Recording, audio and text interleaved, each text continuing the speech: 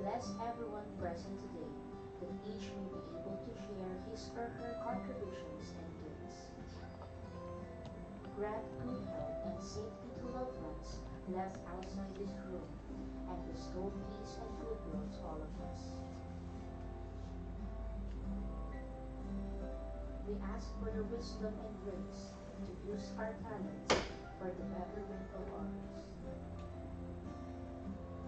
May the various activities related to this day be a success through your intervention. With gratitude, we offer this prayer in your name. Amen.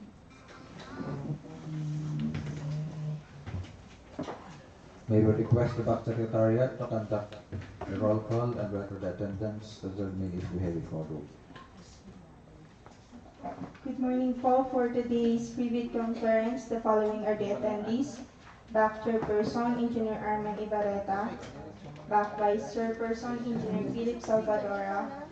For regular back members, Ms. Maria Corazon Bruca, Engineer Sheila Marie Vecino. For provisional back member, Engineer Nilbert Alvarez.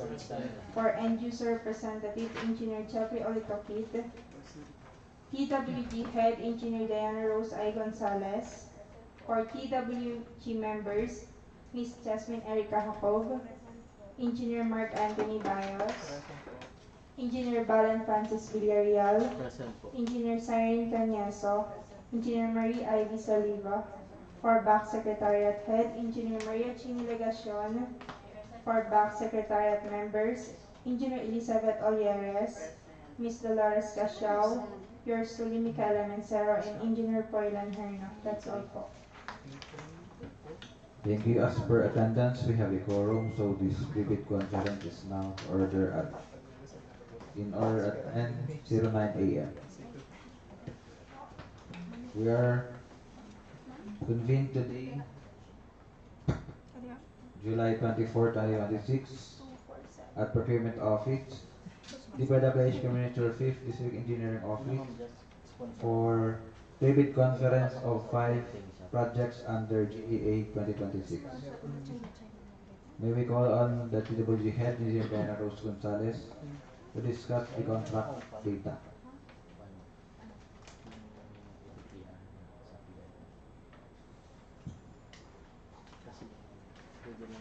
Good morning. For contract ID 26FN 0053, covers the road widening of Iriga City, San Isidro-Sagrada-Sn Ramon-Hanawan Road. Station limit K0471 plus 140 to K0471 plus 299 and K0471 plus 320 to K0471 plus 524 in Iriga City, Camarines Sur. Under 001, ensure safe and reliable national road system network development program. The project has an approved budget for a contract of 20,763,260.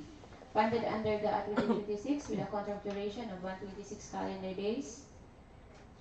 The project is classified under small b and the cost of bidding documents is 25,000.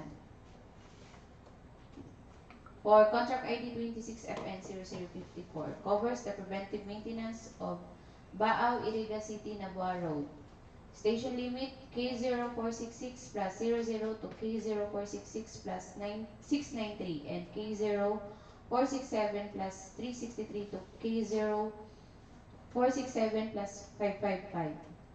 In Baao Camarines Sur under 001 Ensure Safe and Reliable National Road System Asset Preservation Program. The project has an approved budget for the contract of 43,297,380. Funded under the 2026 with a contract duration of 94 calendar days. The project is classified under medium A and the cost of bidding documents is 25,000. For contract ID 26FN0055, involves the road widening of Baao-Iriga to Iriga City-Nabua Road. Station limit K0474 plus 885 to K0475 plus 000 in Iriga City, Camarines Sur, under 001 Ensure Safe and Reliable National Road System Network Development Program. The project has an approved budget for the contract of 1,747,340. Funded under GAA 2026 with a contract duration of 15 calendar days. The project is classified under small b and the cost of bidding documents is 5,000. For contract ID 26FN0056, covers rehabilitation and reconstruction of roads affected by slip slopes, collapse, and landslide along Nabua-Balatan Road. Station limit K0491 plus 605 to K0491 plus 640 in Balatan, Camarines Sur. Under 001 Ensure Safe and Reliable National Road System Asset Preservation Program. The project has an approved budget for the contract of 7,563,640, funded under GAA 2026 with a contract duration of 73 calendar days. The project is classified under small b and the cost of bidding documents is 10,000.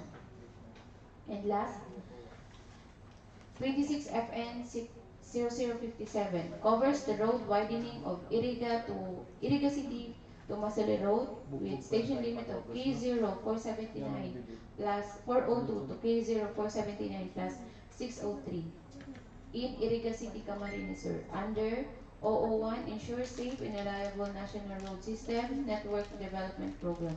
The project has an approved budget for the contract of 9,104,200, funded under GAA 2026 with a contract duration of 64 calendar days. The project is classified under small b and the cost of bidding documents is 10,000. Thank you. We now come to the requirements of the bidding documents. May we call on Engineer Jeffrey Takit, our end user representative, to cover the requirements. Thank you. For the special condition of contract, for contract ID number 26FN0053 to 26FN0057, in case of semi-permanent structures such as building of types 1, 2, and 3 as classified under the National Building Code of the Philippines, concrete or asphalt roads, concrete river control, drainage, irrigation line canals, river landing, deep wells, truck causeway, pedestrian overpass, and other similar semi-permanent structures is 5 years. For the eligibility requirements for contract ID number 26FN0053, the scope of works are road widening secondary roads. Major categories of work of the contract to be procured is RCP, roads construction PCP, unit and measures kilometers. Dimension is 0.363.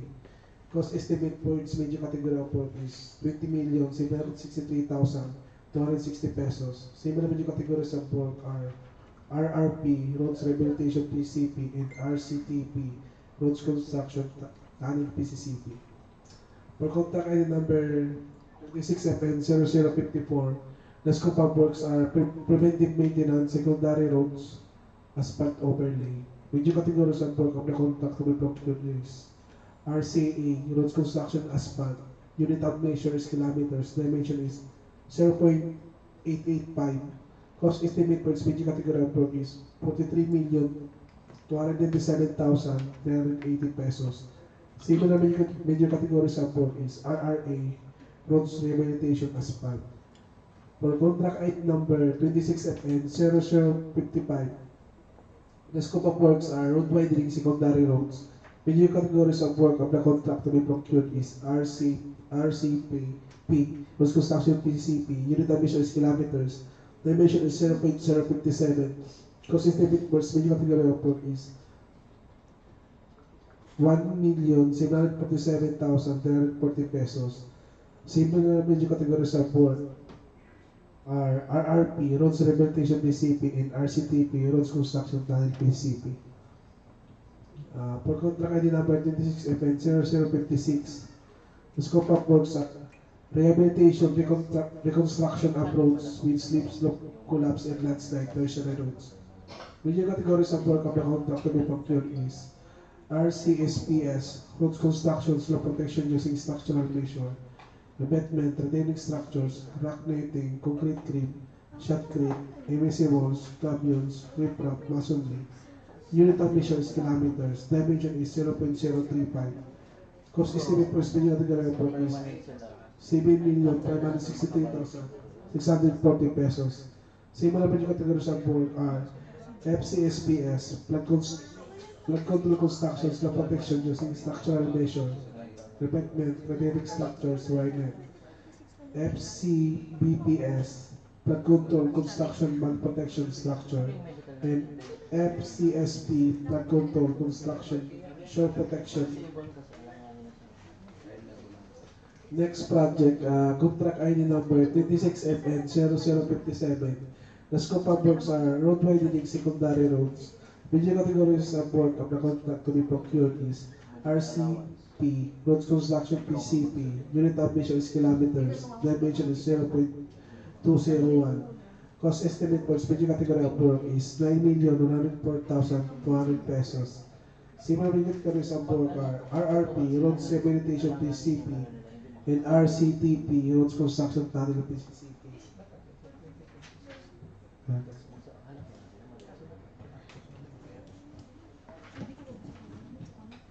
To cover or discuss the data sheet of the contracts, may we call on the technical working group for their presentation.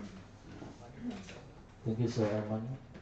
For Section 3 bid data sheet, for contract ID numbers 26FN0053 to 26FN0057, only accredited project engineers may be assigned to DPWH projects subject to the following limits assignment.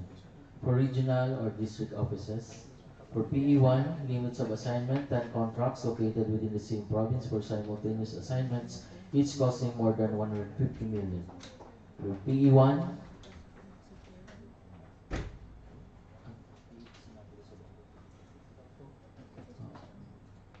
for PE1, 11 contracts located within the same province for simultaneous assignments, each costing more than 100 million to 150 million. For provisional project engineer, 10 contracts located within the same province for simultaneous assignments, each costing less than 100 million. Note as per DEO 148 series of 2024 and Department Order 227 series of 2024, applicable for buildings and bridges. The minimum work experience requirements for the key personnel are the following. The required is 50% of ABC of each contract. For project manager, general experience 5 years, relevant experience 3 years. Project engineer, general experience 5 years, relevant experience 3 years. Materials engineer, general experience 3 years, relevant experience 3 years. Remarks for project manager, project engineer, and materials engineer. Attach valid and updated government issued IDs with 3 signatures. Project engineer and materials engineers must be accredited by the DPWH. Attach accreditation. For safety and health officer, general experience 5 years, relevant experience 3 years. Remarks. Safety officer with attached certificate of training issued by DOLE and valid and updated government issued IDs with 3 signatures. certified first aider with attached certificate of training issued by Red Cross and valid and updated government issued IDs with 3 signatures. For foreman, general experience 5 years, relevant experience 3 years. Remarks, attached valid and updated government issued IDs with 3 signatures. Additional requirements for contractors key personnel. Number 1, the affidavit of commitment to work must include each personnel's tax identification number or TIN. Number 2, the list of contractors key personnel to be assigned to the contract must include their qualification data, curriculum vitae. Number 3, an affidavit stating that the pledged project engineer or materials engineer's number of projects handled simultaneously does not exceed 10 contracts. Number 4, submission of professional tax receipt for applicable personnel. Number 5, PERP's DOLE certificate of registration in compliance with Rule 1020 of the Labor Code of the Philippines. Number 6, implementation of ISO 9001-2015 certification requirement for large A, medium B, and medium A contractors for DEO 110 series of 2024. For the minimum major equipment required for 26FN 0053 to 26FN 0057, prospective bidders may view it on the bid data sheet clause 12.1 H3 of each bidding documents posted in the DPWH and PhilGEM's website. List of contractors' equipment pledged for the contract DPWH-INFR-15 must be filled out completely and properly.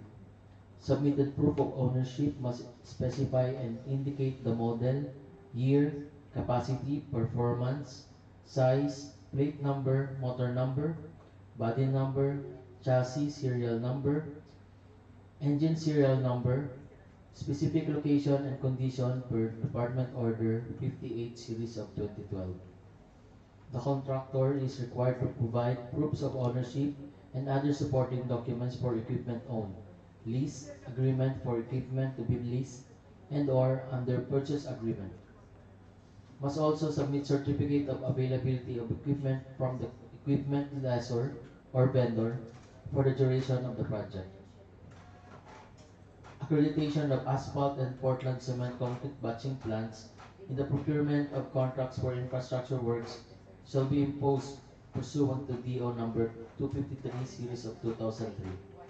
Bidders are reminded that only concrete and asphalt mixes produced by duly accredited plants shall be used in DPWH projects. Accredited safety officer required upon issuance of notice of award subject to DO 241 series of 2024 guidelines on the processing, approval, and reporting system of construction safety and health program for DPWH infrastructure projects. First aider with certificate of training issued by Red Cross in compliance with DOLE requirements for the approval of construction safety and health program required upon issuance of notice of award subject to DO 241 series of 2024 or the guidelines on the processing, approval, and reporting system of construction safety and health program for DPWH infrastructure projects. The DPWH approved CSHP is a requirement for the processing and approval of the contract agreement. Moreover, no claims by the contractor or advance payment or first progress billing shall be processed and paid without the submission of DPWH approved CSHP. Minimum materials testing equipment requirements for the project for the medium contractors per DO number 11 series of 2017 and DO 127 series of 2018 for strict application of RA 9184 in the conduct of post-qualification of bidders with delayed ongoing contracts with the DPWH. 17.1 bids will valid until 120 calendar days from the date of opening of bids. That's all. Thank you. To discuss the documents to be submitted by the bidders, and criteria and procedure for eligibility check, preliminary examination of bids, detailed evaluation of bids, post-qualification of bids. Please continue the discussion DWG members. Good morning. For technical checklist for legal documents, letter A, valid PhilJobs registration certificate, platinum membership. All pages bidder should make sure that Annex A of PhilJobs certificate must reflect updated dates and technical documents. Letter B, statement of the prospective bidder of all its ongoing government and private contracts, including contracts awarded but not yet started, if any. Please take note the list of the projects you are submitting shall match in data reflected on your contractor registration certificate or contractor information in civil works application, whether similar or not similar in nature and complexity to the contract to be bid. And letter C, statement of the bidder's single largest completed contract, similar to the contract to be bid, except other conditions provided under the rules and must be supported by the constructor performance evaluation system with rating at least satisfactory for DPWH or government contracts or an owner's certificate of final acceptance or equivalent for private sectors contracts. And letter D, Philippine Contractors Accreditation Board license, ISO certified as per DEO 110 series of 2024, or a special pickup license in case of joint ventures and registration for the type and cost of the contract to be bid. And letter E, original copy of bid security. If in the form of a surety bond, submit also a certification issued by the Insurance Commission or original copy of notarized bid securing declaration. And letter F, project requirements, which shall include the following. Number 1, organizational chart for the contract. Number 2, list of contractors key personnel to be assigned to the contract with their qualification data. Number 3, list of contractors, major construction equipment units to be assigned to the contract, supported by certifications of availability. And number 4, list of contractors, minimum materials, testing equipment units to be assigned to the contract, supported by certifications of availability. Letter G, original duly signed omnibus sworn statement, and if applicable, original notarized secretary's certificate in case of a corporation, partnership, or cooperative, or original special power of attorney of all members of the joint venture giving full power and authority to its officer to sign the OSS and do acts to represent the bidder. And letter H, latest general information sheet duly received by Securities and Exchange Commission. And letter I, sworn affidavit of eligibility and beneficial ownership. See attached form on bidding forms. And letter J, contractors construction safety and health program.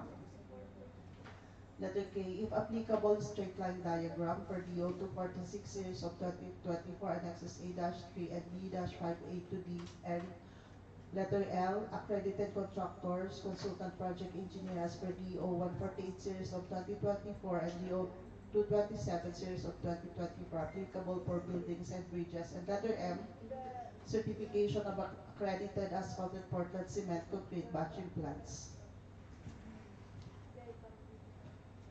For the Class A documents, for the Class A financial documents, letter N, the prospective bidder's audited financial statement showing, among others, the prospective bidder's total and current assets and liabilities, stamp received by the BIR or its duly accredited and authorized institution for the preceding calendar year, which should not be earlier than 2 years from the date of submission. And letter O, the prospective bidder's computation of NFCC. For the Class B documents, if applicable, duly signed joint venture agreement in accordance with RA number 4566 and its IRR in the case the joint venture is already in existence, or a duly notarized statement from all the potential joint venture partners stating that they will enter into and abide by the provisions of the JVA in the instance that the bid is successful. For the financial envelope, number 1, original of duly signed and accomplished financial bid form. 2, original of duly signed bid prices and the bill of quantities. Number 3, duly accomplished detailed estimates form, including summary sheet indicating the unit prices of construction materials, labor rates, and equipment rentals used in coming up with the bid. And number 4, cash flow by quarter. All pages must be numbered or paginated consecutively at the top-hand right margin, with each page signed by the bidder below page number and a total number of which must be indicated in the covering page and signed by the duly authorized representative. All sets of documents must be properly book-bounded and pursuant to DPWH number 90 series of 2002. Please use the checklist on the technical and financial envelopes here to attach in section 9 of the bidding forms and shall be included as the first page of the book bounding of each envelopes with ear tabbing labeled for each checklist.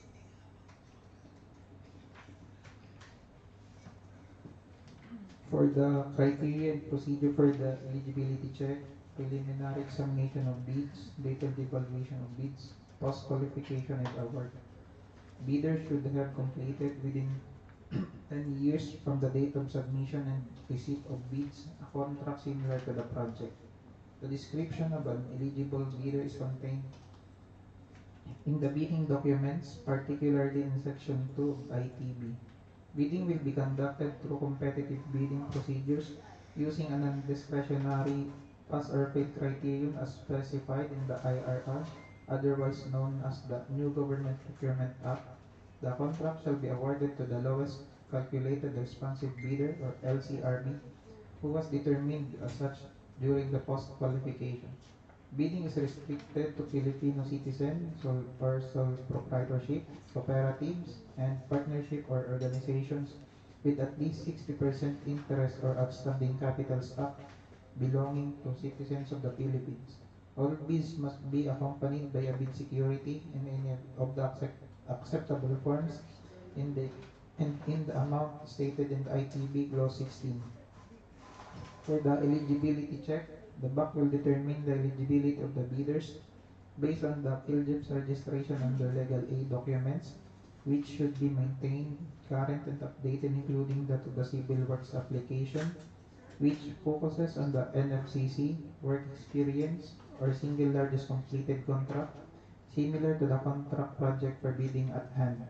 BAC will ascertain based on the checklist of the required documents to be submitted using a pass or fail criterion during the preliminary and detailed bid evaluation. In addition, after the opening of bids, as per IRR of RA 12009, under Section 61, the BAC will conduct a detailed bid evaluation of all the bids using non-discretionary criteria wherein it requires the completeness of the bid.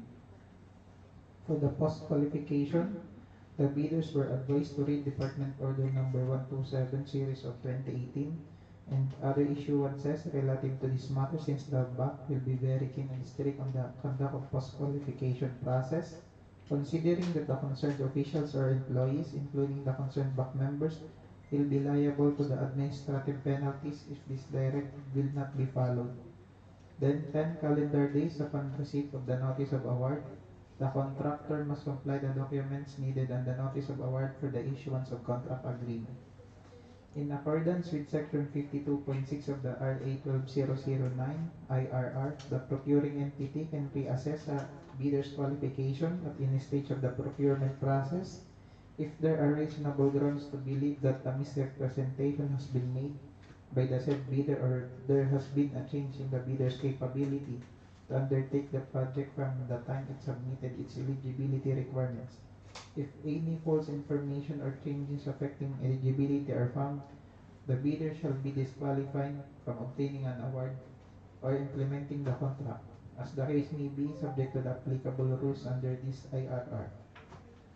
The DPWH Camarines Sur 5th District Engineering Office, Camarines Sur, reserves the right to reject any and all bids, declare a failure of bidding, or not award the contract at any time prior to contract award, in accordance with Section 70 of RA 12009, without thereby incurring any liability to the affected bidder or bidders.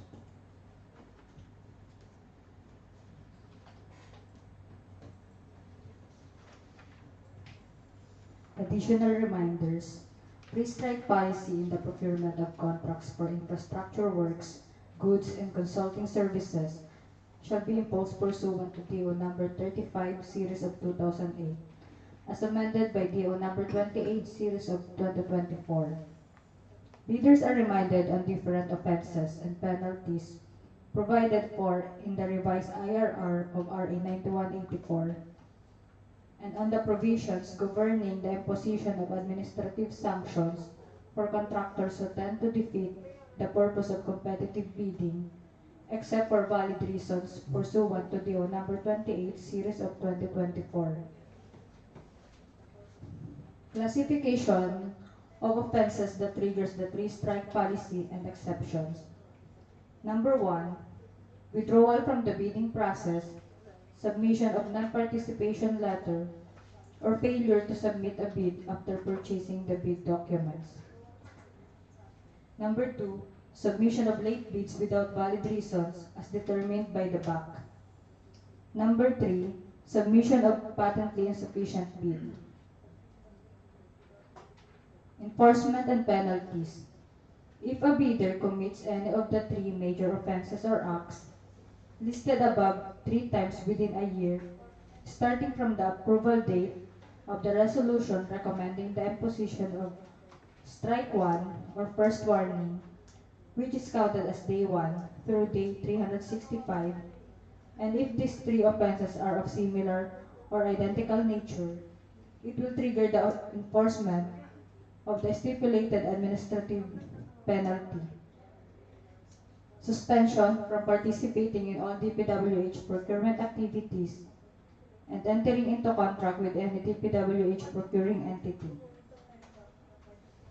Subsequently, as per the procedure outlined in Annex A, this may result in the blacklisting of the suspended bidder, thereby disqualifying the bidder from participating in any government procurement activities for a period of 1 year.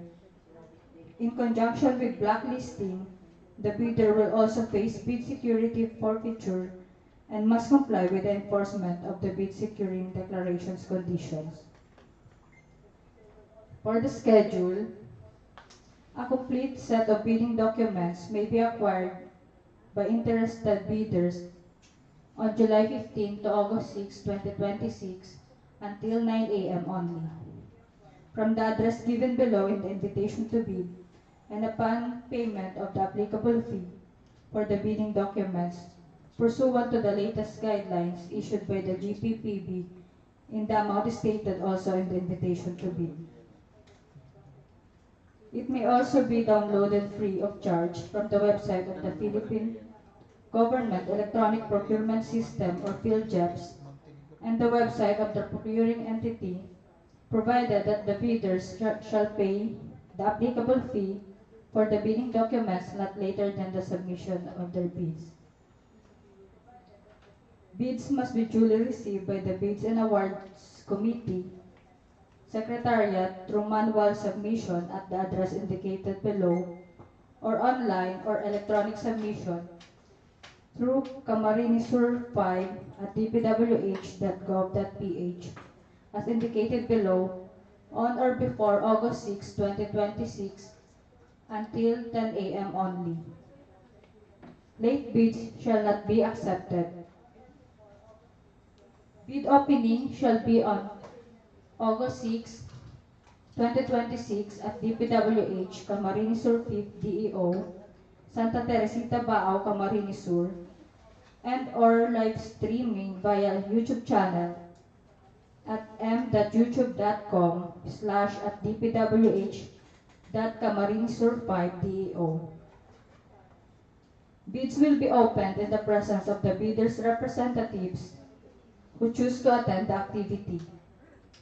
Interested bidders may obtain further information from DPWH Camarines Sur 5th District Engineering Office, Santa Teresita Baao, Camarines Sur, and inspect the bidding documents at the address given below in the invitation to bid from 8 a.m. to 5 p.m.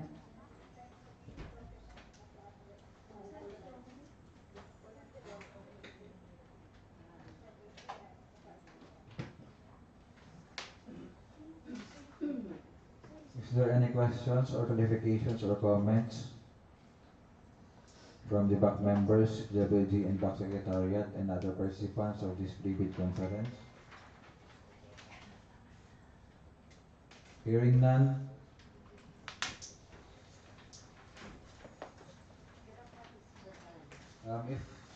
If we have a changes in corrections in plans, program of works, BOQ, or calendar days, or any changes, we will be posting it 7 days before the bidding date. Since there are no questions or others for discussion, this private conference is adjourned. Thank you everyone for attending.